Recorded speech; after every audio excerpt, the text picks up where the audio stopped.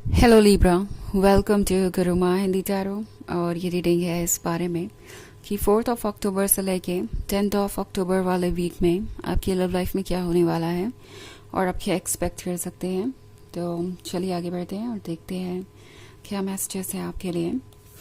Messages for लियर्स।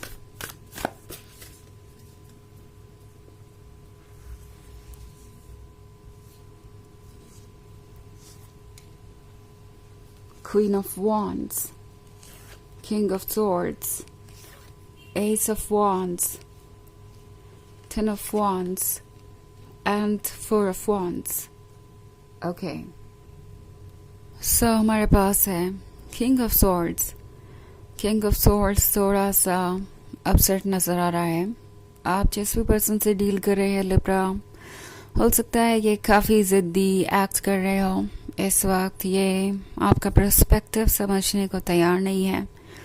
ये person जानता है कि आप कितने खास हैं, क्योंकि आप तो उन्हें क्वीन ऑफ वॉन्ड्स की तरह नज़र आ रहे हैं। आप गॉर्जियस है, आप लविंग एंड केयरिंग है, आप वो सब कुछ है जो ये हमेशा से चाहते थे। और आपका मिलना जैसे किसी सपने के पूरे होने जैसा था। ये पर्सन इस बात को अच्छी तरीके से समझता है कि आपको लूज़ करने का मतलब क्या होगा। ये आपको लूज़ करना भी नहीं चाहते, बट कहीं ना कहीं ईगो इतना ज़्यादा इम्पोर्टेंट हो गया है कि ये कुछ और सोच नहीं पा रहे। और इसी की वजह से ये पर्सन काफ़ी स्टबर्न हो गया है। ओके, वैसे किंग ऑफ सॉर्ड्स काफ़ी लॉयल है, काफ़ी ज़्यादा डिसिप्लिन्ड है, काफ़ी ज़्यादा मैच्योर है। बट अभी इस पर्सन को लगता है कि अपना पॉइंट ऑफ व्यू सही साबित करना ज़्यादा ज़रूरी है। क्वीन ऑफ वॉन्ड्स से वो डिफीटेड फील कर रहे हैं, क्योंकि अगर क्वीन ऑफ वॉन्ड्स की बात सही साबित होती है तो इसका मतलब होगा कि वो आपसे कम इंटेलिजेंट है या आपसे कम कैपेबल है, ऐसा उन्हें लगता है। ओके, हालांकि ये और बात है कि किसी भी टॉपिक पे कोई भी गलत या कोई भी सही साबित हो सकता है ट्रुथ सामने आने के बाद। ये बात इस पर्सन को समझ नहीं आ रही और वो इसे एक तरीके की डिफीट या इंसल्ट की तरह देखते हैं कि अगर वो अपनी मिस्टेक को मान लेते हैं और चीज़ों को ठीक करते हैं तो इसका मतलब होगा कि वो प्रिपेयर्ड नहीं है। ओके, इस रिलेशनशिप के लिए वो क्वीन ऑफ वॉन्ड्स के बराबर नहीं है, या क्वीन ऑफ वॉन्ड्स है इतने कम है विजडम में कि उनका कोई स्टैंडर्ड ही नहीं है आपके सामने। सो इस तरीके से ये पर्सन सोच रहा है और यही चीज़ें इस रिलेशनशिप को और ज़्यादा मुश्किल बनाती जा रही हैं। ओके, दूसरी तरफ एस ऑफ वॉन्ड्स का कार्ड है, तो इस पर्सन को पता है कि आप एक गिफ्ट है और इस गिफ्ट को वो गंवाना नहीं चाहते हैं। ऑल्सो फोर ऑफ वॉन्ड्स है, तो इस पर्सन को पता है कि वो आपके साथ ही कमिटमेंट करना चाहते हैं, आप ही को ये कमिटमेंट देने का कोई मतलब है। उन्हें लगता है कि आप इस रिलेशनशिप में उन्हें खुश रख सकते हैं और कोई आपकी जगह नहीं ले सकता। इवन इफ अगर वो मूव ऑन करना चाहे तो भी नहीं। वैसे ये पर्सन मूव ऑन नहीं करना चाहता है, बट आपको जो कमिटमेंट देने की कंडीशंस हैं वो इतनी ज़्यादा कॉम्प्लिकेटेड हो सकती है कि आपको सोचना पड़ेगा कि आप इसमें कंटिन्यू कर सकते हैं या नहीं। इट्स लाइक मैं आपको कमिटमेंट दूंगा लिब्रा और सब कुछ वैसा हो सकता है जैसा कि आप चाहते हैं, but at the same time आपको बहुत सारे कॉम्प्रोमाइज़ेस करने होंगे। आपको मेरे पॉइंट ऑफ व्यू से अग्री करना होगा, या फिर आपको अपना पॉइंट ऑफ व्यू पूरी तरीके से गिव अप करना होगा, बदलना होगा। या फिर 10 ऑफ वॉन्ड्स के साथ ये पर्सन आपसे एक्सपेक्टेशंस बहुत रखेगा कि जो भी जिम्मेदारियां है वो आप ही उठा ले, जो भी इश्यूज और प्रॉब्लम्स है उसका बोझ आप ही उठा ले। अगर कुछ प्रॉब्लम होती है तो आप उस प्रॉब्लम को सही करें। अगर इस रिलेशनशिप में कोई ऑब्स्टेकल है सामने तो आप उसे रिमूव करें। तो ये पर्सन ये सोच रहा है कि कमिटमेंट देना ही काफ़ी है, उसके बाद ये आपकी जिम्मेदारी होनी चाहिए, क्योंकि उन्होंने तो बहुत बड़ा फेवर कर दिया कमिटमेंट दे के, या बहुत बड़ा काम कर दिया। एंड ये पर्सन आपको कमिटमेंट देना चाहता है, पर किस कॉस्ट पे।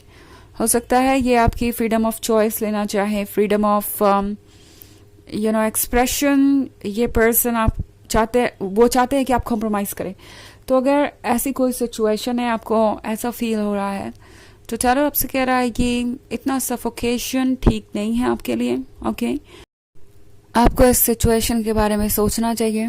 Also king of wands, sorry king of swords इतना साइलेंट इसलिए है क्योंकि वो चाहते हैं कि आप उन्हें अप्रोच करें, आप उन्हें कन्विंस करें कि उन्हें आपके साथ रिलेशनशिप में होना चाहिए, यानी कि वो आपको यानी कि आप उन्हें चेस करें और उन्हें आपको चेस ना करना पड़े। ये पर्सन यही एक्सपेक्ट कर रहा है कि ऐसा करने से शायद आप ग्रेटफुल रहेंगे कि उन्होंने आपको कमिटमेंट तो दिया, और इसी वजह से आप वो सारे कॉम्प्रोमाइज़ और सेक्रीफाइसेस करेंगे जो कि आप करना भी नहीं चाहते। ओके, बहुत सारे वॉन्ड्स है इस रीडिंग में, तो आप किसी फायर साइन से डील कर रहे हो सकते हैं। वैसे वो इतना भी इम्पोर्टेंट नहीं है क्योंकि ये बस एक जनरल रीडिंग है। ऑल्सो हो सकता है ये पर्सन आपको ये भी ना बता रहा हो कि आप उन्हें क्वीन ऑफ वॉन्ड्स की तरह नजर आते हैं, इतने गॉर्जियस, इतने ब्यूटीफुल, इतने कंप्लीट कि आपकी जैसा परफेक्ट कोई नहीं हो सकता। इन्हें डर है कि अगर वो इतने खुल के अपनी फीलिंग्स जाहिर करेंगे तो हो सकता है कि आप उन्हें टेक इन फॉर ग्रांटेड लें, आपको लगे कि आप उन्हें कंट्रोल कर सकते हैं या आप इस रिलेशनशिप में एक गिफ्ट है। सो कुछ माइंड गेम्स यहाँ चल रहे हैं जो कि बहुत हेल्दी नहीं है इस रिलेशनशिप के लिए। एंड अगर ऐसा है, ये रीडिंग आपसे रेजोनेट कर रही है, तो आपको सोचने की ज़रूरत है कि आप किस हद तक जा सकते हैं इस रिलेशनशिप के लिए।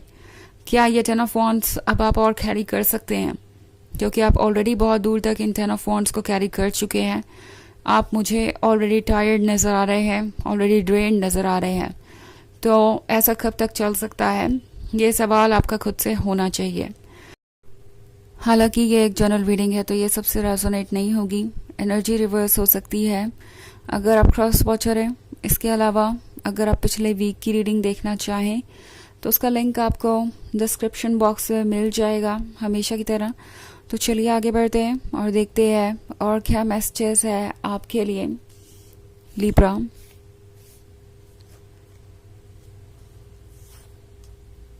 King of wands, the star, the sun, 9 of wands and the emperor. Okay, so हमारे पास है द सन। सन के हिसाब से इस पर्सन को लगता है कि सब कुछ परफेक्ट है। ओके, जब बात आती है आप दोनों के बीच की केमिस्ट्री की, तो ये पर्सन जानता है कि इससे बेहतर लवर उन्हें मिल नहीं सकता। ये एक्चुअली मिस करते हैं वो ब्यूटीफुल मोमेंट्स जिसमें आप दोनों साथ थे। एंड इन्हें पसंद है आपकी पर्सनैलिटी, आपके रोमांटिक बातें करने का तरीका, या कुछ भी ऐसा जिससे आपका प्यार जाहिर होता हो। द एम्परर के साथ थोड़े ज़िद्दी हो सकते हैं ये। ओके, थोड़े क्या, ईगो इनके लिए सबसे इम्पॉर्टेंट चीज़ है और ये एक ऑब्स्टेकल बनता जा रहा है इस रिलेशनशिप में, वो मैं देख रही हूँ। द स्टार के साथ इन्हें लगता है कि आपको इन्हें इस स्टार की तरह चेज करना चाहिए, आपको इन्हें वो सब कुछ ऑफर करना चाहिए जो भी ये चाहते हैं। सो द एम्परर को किसी तरीके से इम्पोर्टेंट फील करना है। ओके, और ये इम्पोर्टेंट फील कर सके इसीलिए शायद ये इस वक्त ऐसे बिहेव कर रहे हैं कि वो स्टबर्न हो, अपने पॉइंट ऑफ व्यू को चेंज ना करना चाहे, आप उन्हें मनाएं, आप सारी चीज़ों को चेंज करें। और यही बात इस पर्सन को इस तरीके से बिहेव करने पे मजबूर कर रही है। उन्हें लगता है कि ऐसा करने से वो अपने आप को ज़्यादा इम्पोर्टेंट फील कर सकते हैं, या आपको ये फील करवा सकते हैं कि इस रिलेशनशिप में वो कंट्रोल कर रहे हैं चीज़ें। वही द एम्परर है। ऑल्सो किंग ऑफ वॉन्ड्स के साथ इस पर्सन को ऐसा लगता है कि वो आपके काबिल हैं। ओके, उन्हें लगता है कि आप दोनों एक दूसरे के लिए परफेक्ट हैं। ऑल्सो 9 ऑफ वॉन्ड्स के साथ ये पर्सन खुद को डिफेंड भी करना चाहता है। आपको फेस करने का मतलब होगा आपकी सवाल, और उसका कोई बहुत अच्छा जवाब इनके पास नहीं है जो जस्टिफाई हो सके। ओके, इसलिए ये शायद आपको अवॉइड भी करें। चलिए देखते हैं आपके लिए ऑरेकल मैसेज क्या है।